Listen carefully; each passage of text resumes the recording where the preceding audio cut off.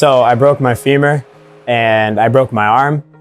That was thankfully all that there was. No head injuries, no other broken bones. He was involved in a really bad car crash. Unfortunately, he sustained a significant fracture of his femur as well as his forearm. Both required operative treatment. He had a plate placed in his forearm and a rod placed in the femur. It was bad. I really wanted to get out there. Every time I'd hold the ball, I'd throw it against the wall and catch it and be like, oh, I want to play goalie so bad. There's two major hurdles to overcome. One is the physical. So he had to heal his fractures and then rehab from those fractures to get back to his baseline athletic performance. The projection was me walking in August and me skating in January, just getting back onto skates in January. I stepped back on skates for the first time in August. That's when they had me walking initially. It felt fantastic, to say the least. I worked hard every day with physical therapy and just stretching my knees and trying to get it all back together good. The bigger issue, and one that he'll continue to battle and work on, is the mental component. There's times where I said I'm not going to come back to hockey. I had my doubts and I didn't know if I wanted to play again. I kept going back and forth between it, and then I got back on the ice and I was like, you know what? I'm going to do it. I was horrible at first. I couldn't do anything. I was scared of the puck when I first came back. 2 months later, I was playing games again.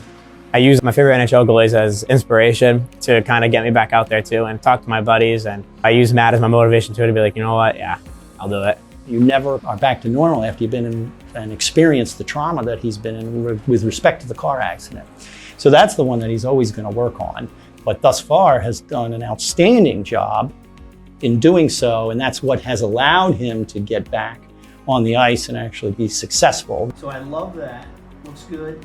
I've had checkups every 2 or 3 months since the surgery. Dr. Schiller was amazing with all of them, testing my leg strength and seeing where I could be at. It was just jumping ahead of schedule every single time. Physical therapy with Mark is just amazing. He pushes me, we joke around. He's also an amazing guy. I can't thank both of them enough.